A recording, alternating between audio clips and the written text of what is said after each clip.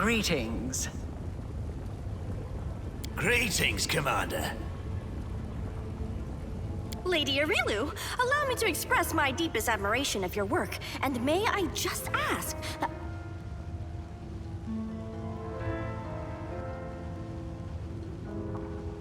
The Suture is my servant. I did not expect him to rush into the abyss after me, but I have allowed him to remain with me while I take care of some business. However, you asked what I am doing here. I bring answers. You have walked a long path, one where shadows constantly flicker at the edge of your vision, and questions multiply like flies above carrion. It is time for answers. At least, some of them.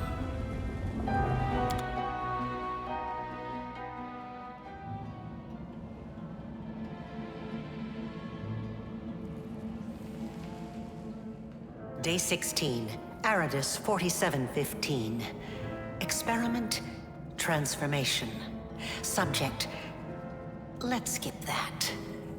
Objective, to embed the essence of a Nehindrian crystal in the soul of the subject. Expected result, the essence will coalesce with the subject's soul, which will ready itself for total transformation, triggering the concomitant powers. The time has come to put my plan into action.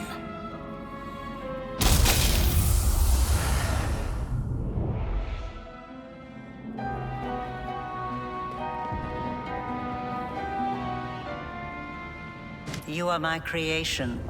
Your power was my gift. Now you know.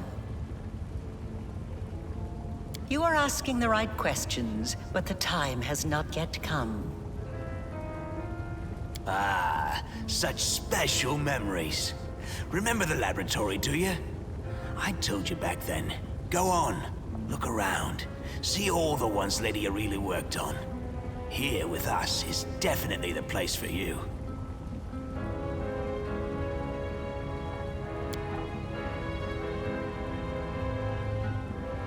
Your power is of the same kind as that of Nulkineth, Jeribeth, and the other demons that you have met. The power of the Nehindrian crystal dissolved into the blood lies within your soul. I have already hinted at this to you once before, when I left the essence along with the lexicon of paradox in my old laboratory, and ordered the Suture to make sure the gift found its way into your hands. But there is more. Do you remember when you were taken to Canobris with a wound that would not heal? Do you remember how Terendelev apparently healed you? That was merely an illusion. The dragon was only able to temporarily dull the pain. In fact, it was I who saved you, when I came to you in the caves and implanted a crystal within you. No, saved is not the right word. Your wound is still not healed. That is why your wound weeps blood from time to time, every drop of which burns your enemies.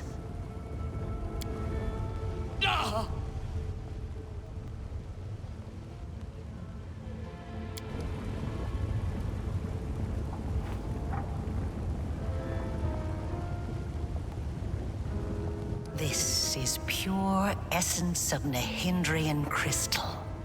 My invention is far superior to the crystals used by Xanther, which were barely refined at all.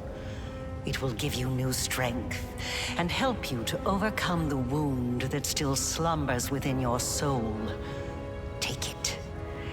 Take it, and you will see that this is the very power that has lived in you since the Battle of Canobris.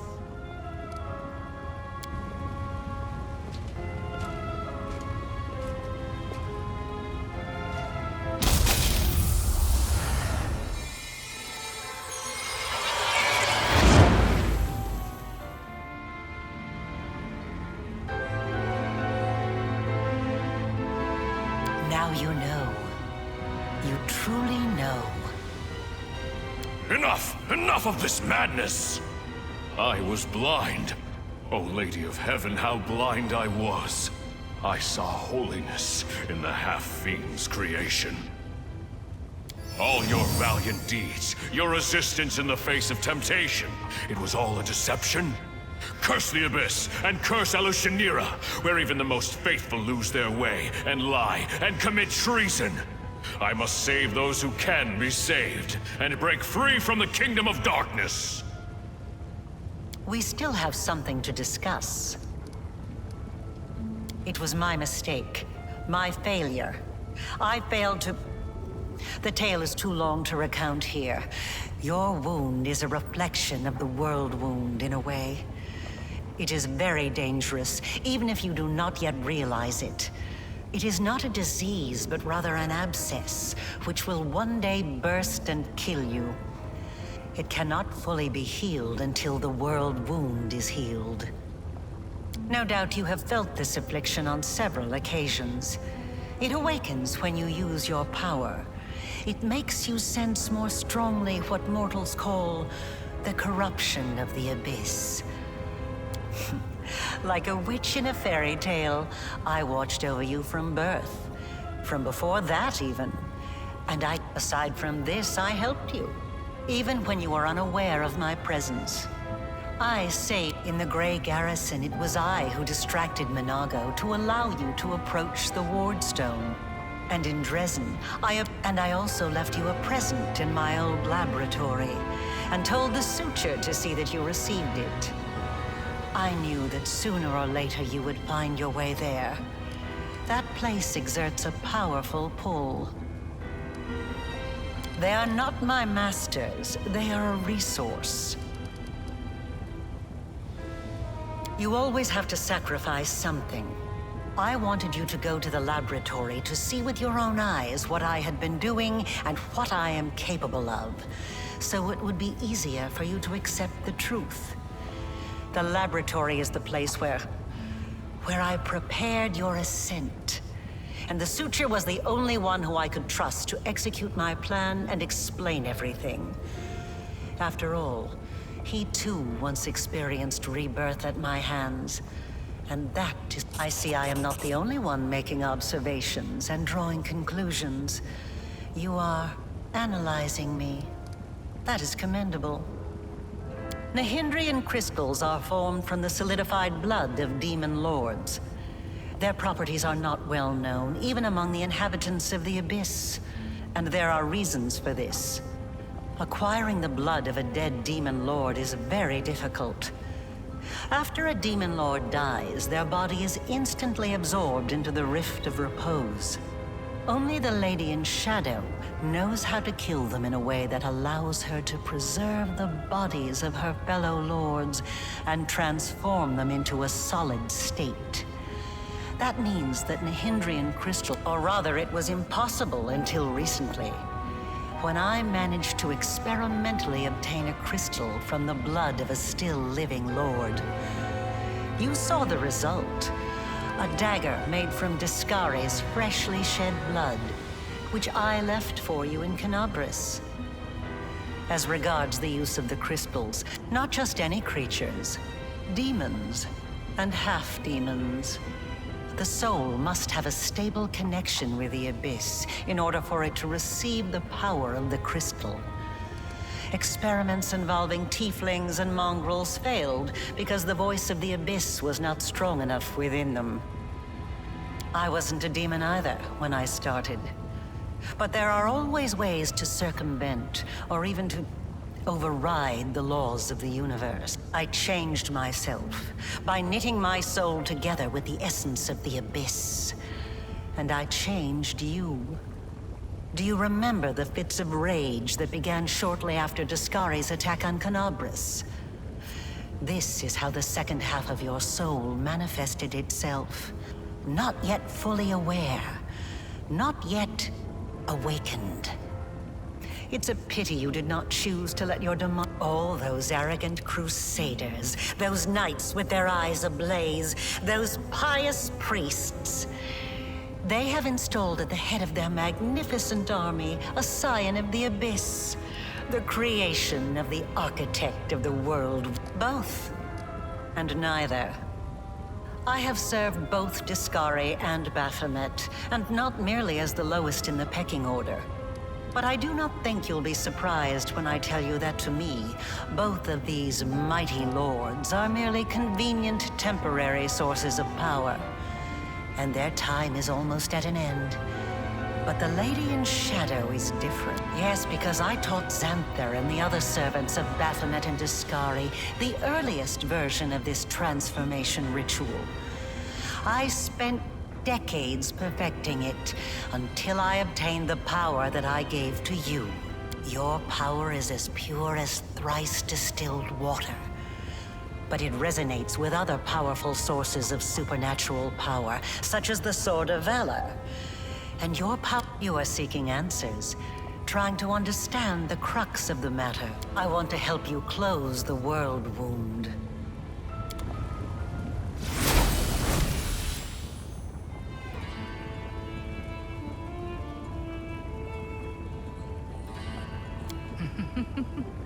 You were about to say, we are going to close the Worldwound, weren't you, Areelu?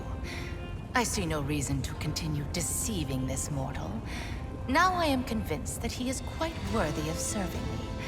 I will even reward him with a modicum of knowledge about the events in which he is... Greetings to you, Our Lady in Shadow. It's nice to see that even surrounded by mortals, you haven't forgotten who your mistress is, Arushale. You may rise. I didn't mean to. I don't know why I did it.